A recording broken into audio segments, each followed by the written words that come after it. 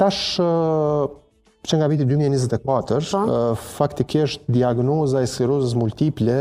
është lehtësuar në kuptimin kriteret janë zbutur dhe në shumicën e rasteve vetëm prania e simptomave trupore dhe shenjave trupore neurologjike plus rezonanca magnetike është e mjaftueshme për të diagnostikuar sklerozën multiple, pra edhe kjo metodë minimalisht invazive si është punksioni lumbal, ndoshta në të ardhmen faktikisht nuk do t'jetë e nevojshme për të realizuar. Po ashtu janë futur edhe disa teste në të gjakut të cilat mund të mostrohen, pra të merret gjaku dhe nga gjaku të bëhen disa teste të cilat ende nuk janë fut, mund të themi, në përdorimin praktik tonin. Kështu që ndoshta do të jetë pa nevojshëm realizimi i funksionit lumbal në të ardhmen. Për shembull, nëse mund të na pyes ndonjë prej pacientëve, a mund të bëj fillimisht analizat e gjakut që të kemi një orientim që mos shpohem me langun e